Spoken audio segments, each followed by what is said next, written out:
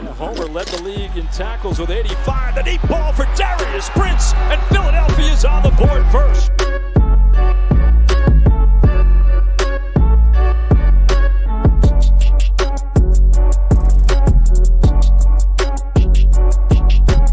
On the draw, this is Grayson Allen. And Allen weaving his way all the way down to the 22. 10-yard line, 5. Mayfield, dancing all around. Throw it as far as he can throw it. Jump ball coming. Crazy stuff. Not this time. And you want to be a wide receiver, you're going to have to take a little bit of a hit like that as Brown got him in that shoulder, but watch. Those are teeth. Do we have a dentist on staff here?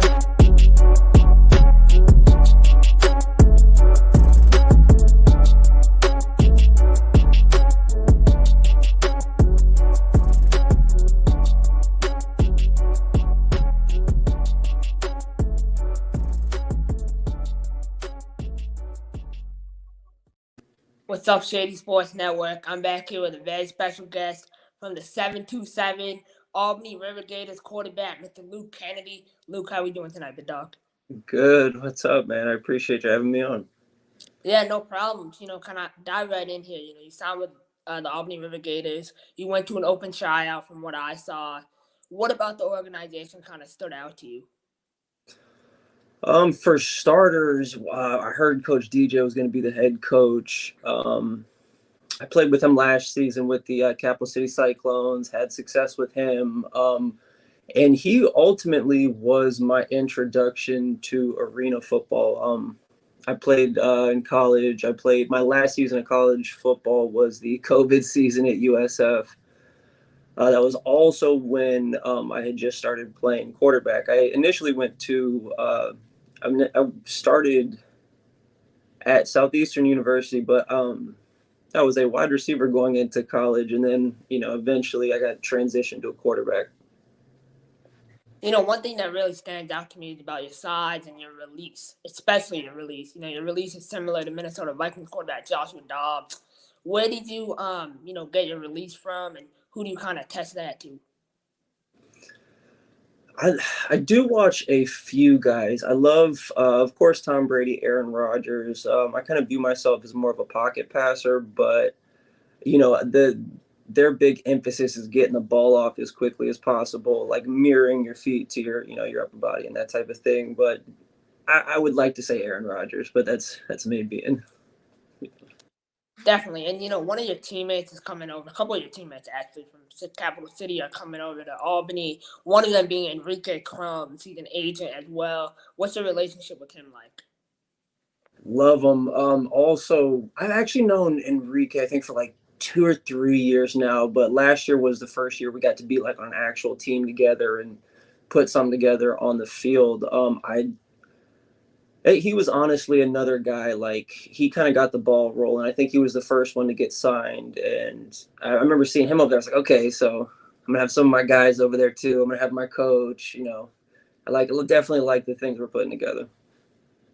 You have your starting running back from last year. You have starting wide receiver. 2 studs. They're definitely going to prove that they can play at the level. But last year, Capital City went into Columbus. And obviously, it was a tough game. But out of all the teams Columbus played, you guys were the most prepared.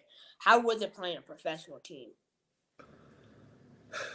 It was how I would like to have started my arena football career, absolutely being thrown to the wolves.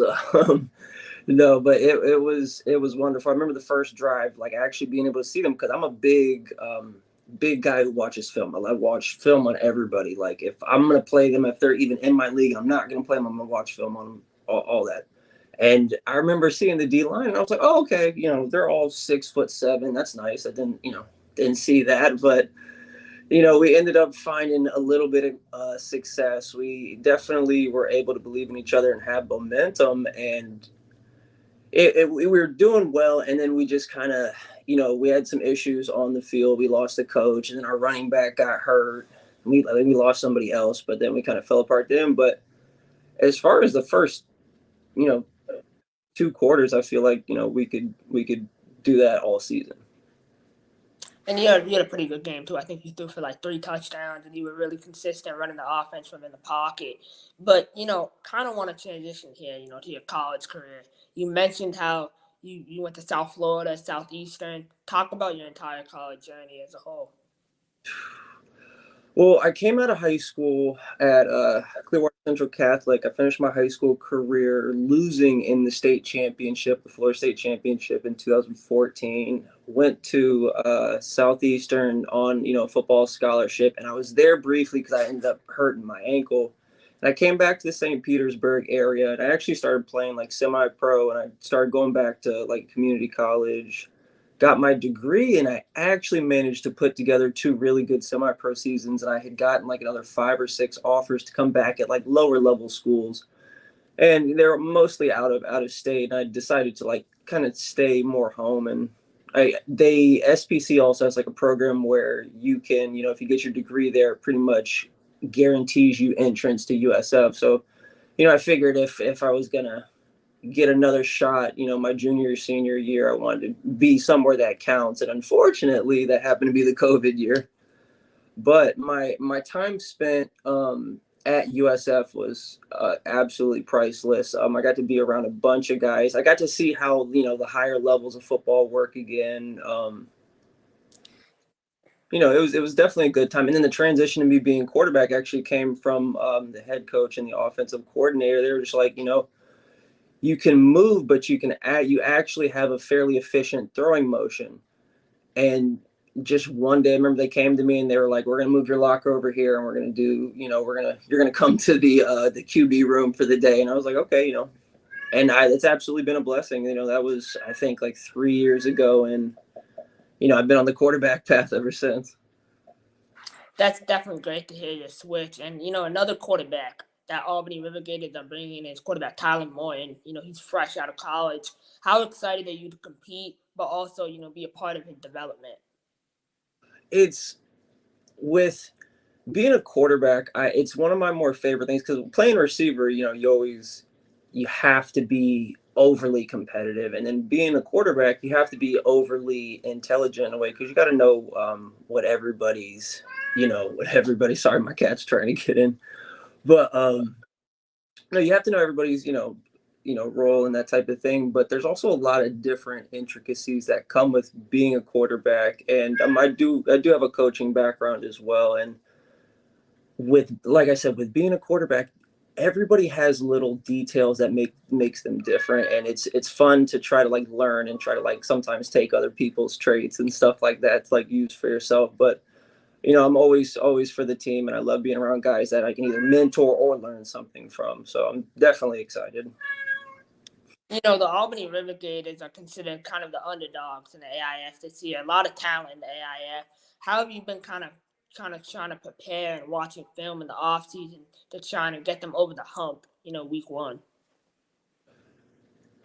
I really, to be honest with you, obviously the Columbus Lions are going to be the big dog in the league, but I really feel like we can compete with them. Like I said, that was my first game in arena football, like being on the arena turf, being, just holding the ball. It's a different ball.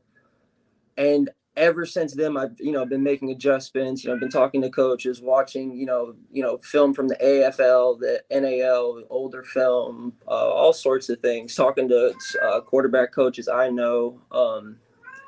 And I feel like I've worked on the right things, and I feel like they're going to translate to this season. And I really feel like, with the addition of our running back coming back, we have 2 stars coming back at receiver, and we're strengthening our defense too, which I'm very excited about. So I definitely think we're going to be able to put on a show for this season.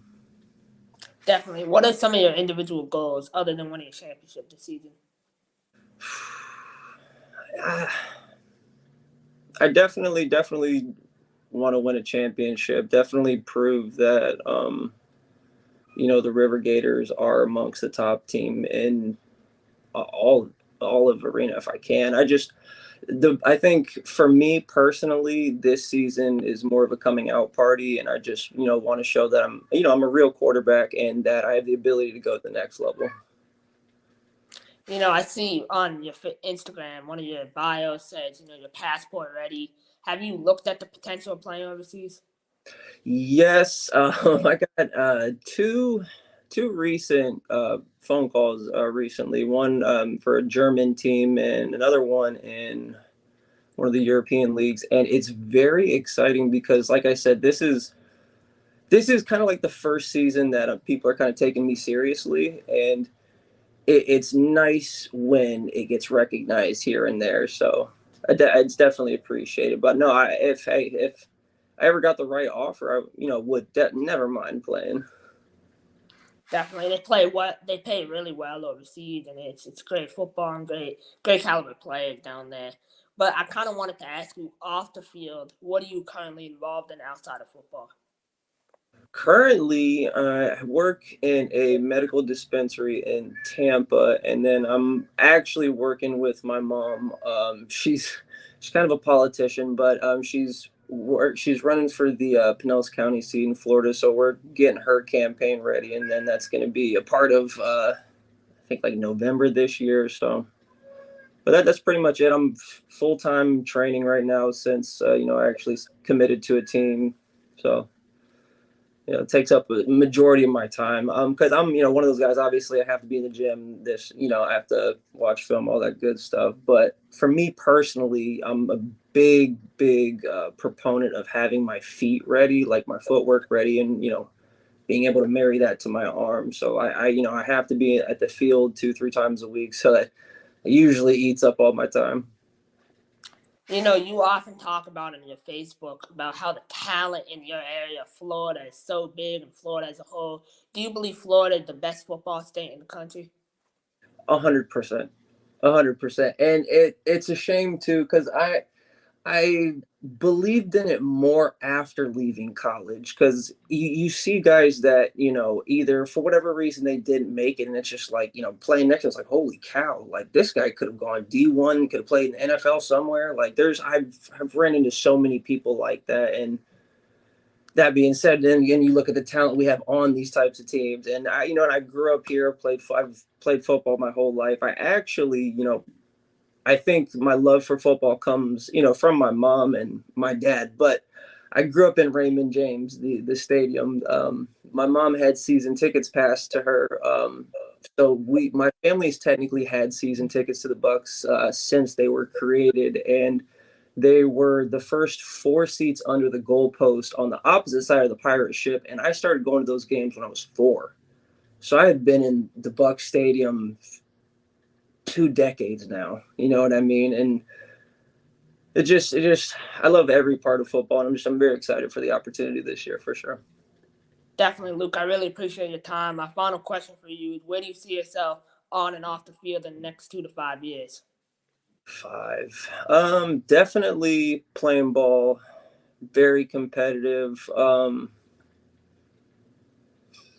I don't want to shoot for the stars or anything. Just definitely playing in a more competitive league at a higher level, for sure. Definitely. I look forward to watching you in 2024. I know you're going to put up big numbers with those receivers, and best of luck. Appreciate it, man. Thanks for having me on. I'm a game changer.